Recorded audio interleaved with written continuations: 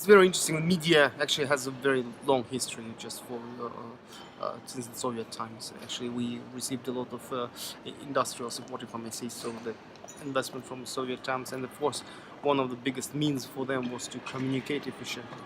So a radio was one of the first means of communication. Not talking about other infrastructure or like railroads, etc., but in communication sphere. So we are quite lucky to have had radio for such a long time.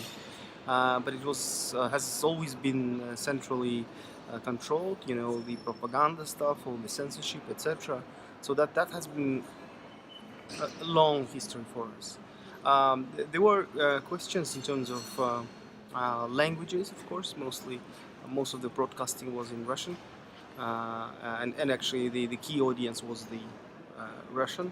While gradually we had more opportunities to promote our own language, our own culture. So that was a bit subsequent to that. That's basically the fact in history. However, since we got independence and then the emerged market, kind of free market, when there were more private players on the media market, also talking about radio, a lot of things have changed. So since the Iron Curtain kind of dropped out in the early 90s, even in 1980s, in Soviet times, perestroika times, we received a lot of new media content, say from Europe and US, something like the Beatles, etc. So we had a lot of rock music, etc. So that kind of altered the whole media environment.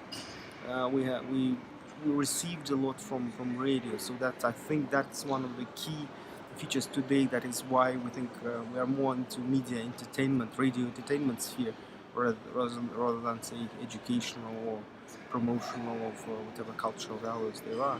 Not talking about national media, national state-owned companies. But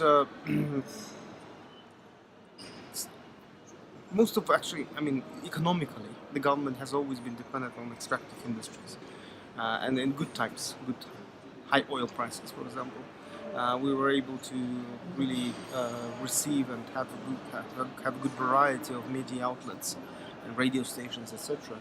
But now, after several financial crises, which are on a global scale, some of the privates, they have been challenged, of course, to sustain themselves. And today they're facing the reality. They have to look for new formats. Some of them, they diminish their own content production, but increase the production of reproduction of the content which comes from abroad, particularly from Russia, from other countries. Like today, we cannot normally say that we're very much diverse in terms of radio. We're not very much into niche radio stations. Some of the genres are yet to be promoted to a stronger position. But historically, the Soviet times, they give us good journalism, education. We had very strong journalists for a long time, quite veterans. Not talking about radio, where we can mention like 60 years of TV broadcasting in Kazakhstan, so which is rather old compared to other countries. You mentioned journalism. Of course, in the Soviet times, there were red lines. There were things that couldn't be discussed or certain points of view that had to be pushed out. Yeah. That's changed a lot, I'm sure, now. But are there any controls that go with government funding, state funding? Well, it's always like that, especially in a very multicultural environment.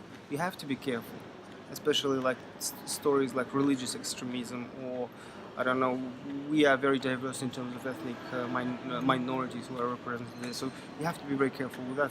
For that reason, when we talk about journalism, and as you mentioned, the people needing to be quite cautious in what they talk about, basically that requires some good preparation. So we need education for journalists.